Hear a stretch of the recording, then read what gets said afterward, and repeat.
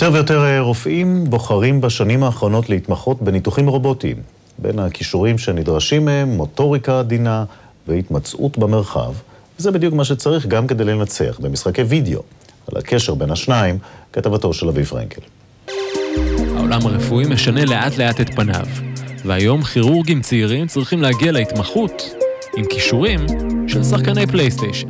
איזה ניתוח דומה למה שהוא עושה כרגע? כמעט בכל ניתוח אנחנו צריכים לתפוס את הרקמה במקום הנכון ולחתוך במקום הנכון. בכיתה הזו הסטודנטים שנמצאים בשנה חמישית משחילים חלקים קטנים או גוזרים בעזרת המספריים העדינים בפעילות שמדמה ניתוח רובוטי. אף אחד לא רשאי לנהוג במכונית לפני שהוא עובר איזה קורס, מבחן תיאורטית ומעשית. כן. יום אחד זה מה שיהיה באחד הניתוח.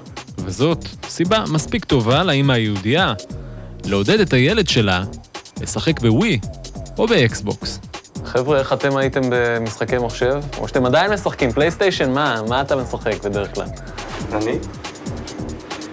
פרו אבולושן, פלייסטיישן. פרו אבולושן, יפה. טוב, נו, זה מסביר. עם כל הכבוד להיסטוריה שאולי יש לכם עם Angry Birds, צריך להיות מאוד עדינים עם הרובוט הזה.